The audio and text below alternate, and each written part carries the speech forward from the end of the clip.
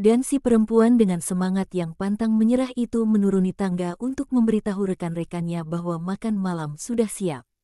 Negeri memudar dalam damai tenang malam tak berbintang. Hanya terang redup bintang-bintang memperlihatkan bayangan gelap pepohonan dan bayangan putih rumah-rumah. Tak ada yang lain. Beberapa burung malam mengepak-ngepakkan sayap diam-diam sekitar rumah Susana, dalam upaya mencari serangga, melesat lewat dekat orang-orang yang duduk di teras sekeliling sebuah lampu, yang menyorotkan terang redup kekuningan pada wajah-wajah mereka yang berkumpul sekeliling Yesus. Marta, yang pastinya ngeri akan kelelawar, menjerit setiap kali seekor kelelawar noktul besar melesat lewat dekatnya. Yesus sebaliknya sibuk dengan ngengat-ngengat yang tertarik oleh lampu dan dengan lengannya yang panjang ia berusaha menjauhkan mereka dari api. Keduanya adalah binatang yang sangat bodoh, kata Thomas.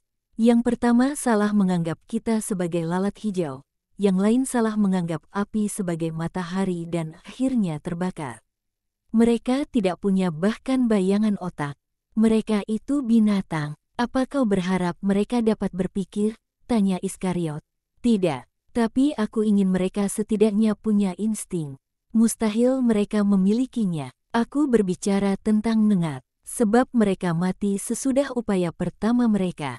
Insting muncul dan berkembang melalui pengalaman mengejutkan yang menyakitkan, komentar Yakobus Alfeus.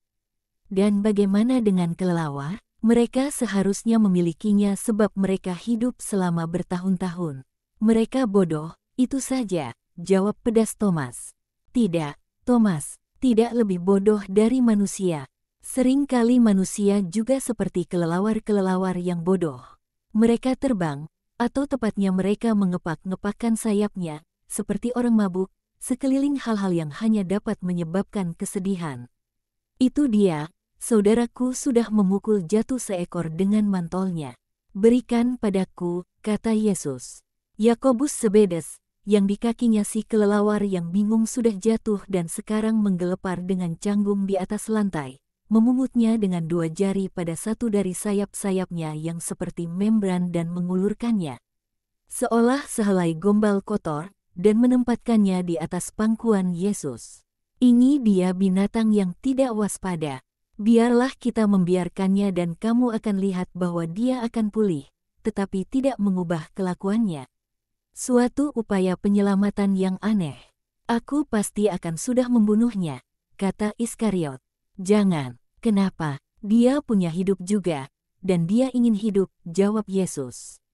Aku pikir tidak. Dia entah tidak tahu bahwa dia punya hidup atau tidak ingin hidup. Dia membahayakan hidupnya. Oh, Yudas, Yudas, betapa kau akan berlaku keras terhadap para pendosa, terhadap manusia. Juga manusia tahu bahwa mereka punya satu hidup dan hidup yang lainnya dan mereka tidak ragu untuk membahayakan keduanya, yang satu maupun yang lainnya. Apakah kita punya 2 hidup? Hidup jasmani dan hidup jiwa, kau tahu itu. Ah, aku pikir engkau sedang berbicara tentang reinkarnasi. Sebagian orang mempercayainya, tidak ada reinkarnasi, tetapi ada 2 hidup, dan kendati demikian manusia membahayakan keduanya. Andai kau adalah Allah, bagaimana kau akan menghakimi manusia, yang dianugerahi akal budi di samping insting? Dengan keras, terkecuali dia adalah orang yang tidak waras otaknya. Tidakkah kau akan mempertimbangkan situasi-situasi yang membuat manusia gila secara moral? Tidak, tidak akan. Jadi kau tidak akan berbelas kasihan pada siapapun yang mengenal Allah dan mengenal hukum, dan kendati demikian berdosa. Aku tidak akan berbelas kasihan. Sebab manusia harus dapat mengendalikan dirinya sendiri. Dia seharusnya dapat, dia harus, guru, suatu aib yang tak dapat diampuni jika seorang dewasa melakukan dosa-dosa tertentu. Teristimewa ketika tiada suatu pun yang memaksanya. Dosa-dosa yang manakah menurutmu? Dosa-dosa sensualitas yang pertama, orang merendahkan dirinya sendiri tanpa dapat diperbaiki. Maria dari Magdala menundukkan kepalanya. Yudas melanjutkan, dan orang yang merusak orang-orang lainnya juga, sebab semacam ragi terpancar keluar dari tubuh orang-orang yang tidak murni dan itu mengganggu bahkan orang-orang yang murni dan mendorong mereka untuk meniru yang tidak murni. Sementara Magdalena menundukkan kepalanya lebih dalam.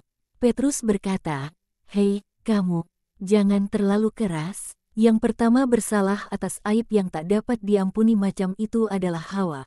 Dan kau tidak akan mengatakan padaku bahwa dia dirusakkan oleh pancaran ragi tidak murni dari seorang yang berhasrat berahi. Bagaimanapun aku ingin kamu tahu bahwa, sepanjang menyangkut aku, bagaimanapun aku tidak akan terganggu bahkan andai aku duduk dekat seorang yang cabul. Itu urusannya, orang selalu tertular dengan berada di dekatnya. Jika tubuhnya tidak, maka jiwanya ya, dan itu lebih buruk. Kau kelihatan seperti seorang Farisi. Maafkan aku, jika demikian halnya maka orang seharusnya mengunci diri dalam sebuah menara kristal dan tinggal di sana, terpenjara. Tetapi, janganlah percaya, Simon, bahwa itu akan membantumu. Pencobaan-pencobaan lebih mengerikan dalam kesendirian, kata Zelot. Oh, baiklah, itu akan bagai mimpi. Tidak mencelakakan, jawab Petrus. Tidak mencelakakan, tidak tahukah kau bahwa pencobaan menghantar pada gagasan? Gagasan pada kompromi demi bagaimanapun memuaskan insting orang yang bangkit. Dan lalu kompromi membuka jalan ke pembenaran dosa di mana sensualitas digabungkan dengan pemikiran, tanya Iskariot. Aku tidak tahu menahu mengenai itu semua. Yudasku tersayang, mungkin karena aku tidak pernah menggagas, seperti katamu, suatu hal tertentu. Tetapi aku pikir bahwa kita sudah pergi sangat jauh dari kelelawar dan bahwa adalah suatu kerja yang bagus bahwa kau bukan Allah. Jika tidak kau akan sama sekali seorang diri di Firdaus, dengan kekerasanmu. Apa katamu, Guru? Aku katakan bahwa adalah bijaksana untuk tidak terlalu mutlak sebab para malaikat Tuhan mendengarkan perkataan-perkataan manusia dan mencatatnya dalam kitab-kitab abadi dan akan dapat tidak menyenangkan suatu hari kelak dikatakan. Terjadilah padamu seturut penghakimanmu sendiri. Aku katakan bahwa jika Allah mengutus aku itu berarti bahwa ia hendak mengampuni semua dosa-dosa yang atasnya manusia bertobat, sebab ia tahu betapa lemahnya manusia, karena setan. Yudas, katakan padaku, apa kau setuju bahwa setan dapat menguasai suatu jiwa hingga memaksakan paksaan atasnya, yang dapat mengurangi beratnya dosa di mata Allah? Tidak setuju, setan dapat merusak, tetapi bagian yang inferior saja. Kau menghujat, Yudas anak Simon. Seru Zelot dan Bartolomes nyaris bersamaan. Kenapa? Dengan cara apa?